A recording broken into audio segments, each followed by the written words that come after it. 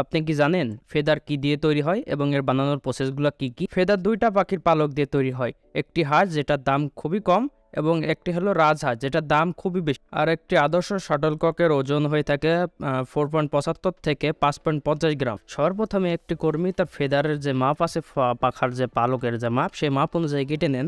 এরপরে পরবর্তী কর্মী সুন্দরভাবে ছাঁটাই করেন বাকি অংশগুলো যেগুলো অবশিষ্ট থেকে যায়।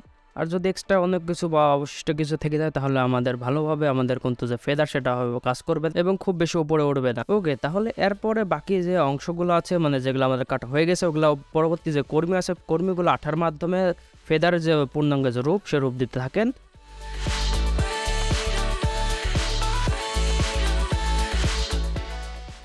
তো আসলে দেখতে যতটা সহজ মনে হচ্ছে আসলে কিন্তু ততটা সহজ না, কারণ এই আঠার মাধ্যমে এটা লাগানো কোনো খুব একটা কষ্টের বিষয়, কারণ সব কিছু মাপ অনুযায়ী লাগানো লাগে। একটা যদি বেঁকা বা ভেঙে যায় তাহলে কিন্তু আবার মানে একটা নতুন হয়ে লাগানো লাগে, না হলে বেঁকা হলে আবার ঠিক করা লাগে, মানে খুবই সাবধানে কাজটা করা লাগে।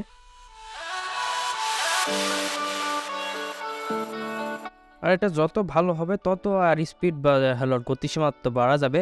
আর র্যাকেটের আঘাতে শাটার ফেদার দিয়ে সর্বোচ্চ 332 কিলোমিটার বেগে যাওয়ার রেকর্ড আছে, আর গিনেস ওয়ার্ল্ড রেকর্ডে আছে 361 কিলোমিটার পর্যন্ত। আর আমাদের হলো যে টেনিস যেটা আছে, টেনিসের সর্বোচ্চ ধরা হয়েছে 222 কিলোমিটার পর্যন্ত, মানে খুবই দ্রুত একটা যায়। আর আপনারা যেটা বানানো দেখছেন এটা কিন্তু আমরা সাধারণত লোকালে যেসব ফেদারগুলো যেগুলো কিনি সেটা মানে ইন্টারন্যাশনাল যেগুলো খেলে বা অনেক দামি যেগুলো বেশি ওইগুলো তেমন না, এগুলো একটু কম দামের। আর আমরা লোকালে যেগুলো পাই এগুলো আমরা দেখতে পাচ্ছি। এরপর সুন্দরভাবে লাগানোর পর আমরা চারি সাইড দিয়ে যেটা হলো আমাদের ফেদার বা পাখা যেগুলো আছে সে পাখাগুলো সুন্দরভাবে দড়িতে কিন্তু বাঁধা হয়, কারণ এগুলা মানে এলোমেলো যে না হয়ে যায় তার জন্য এটা সুন্দরভাবে বাঁধা হয়, যে এই কর্মী সুন্দরভাবে বাঁধছেন।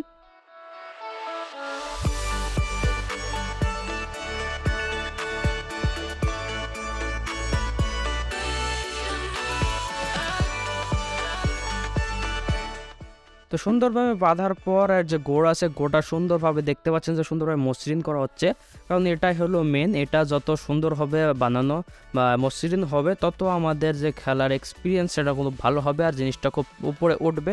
এবং যেটা আমরা মনে করেন যে ডব বলি এরকম জিনিসটা কিন্তু ভালো হবে, কারণ একটা র্যাকেটের সাথে এটা যদি ভালোভাবে খাপ খায় মানে তাহলে কিন্তু এটা সুন্দর আমার খেলে আর মানে ভালো লাগবে।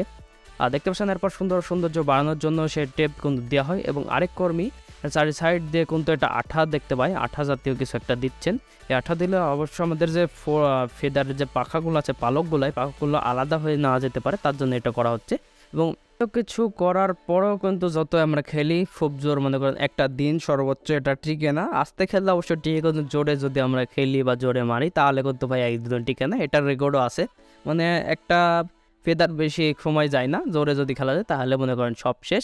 তো এই ছিল আমাদের ফেদার তৈরির প্রসেস। তো কেমন লাগলো আজকের ভিডিওটি ভালো লাগলো অবশ্যই পেজে ফলো দিতে ভুলবেন না এবং লাইক কমেন্ট শেয়ার করতে ভুলবেন না। দেখা হচ্ছে নেক্সট কোন একটা ভিডিওতে। তো ভালো থাকবেন, সুস্থ থাকবেন, আল্লাহ হাফেজ।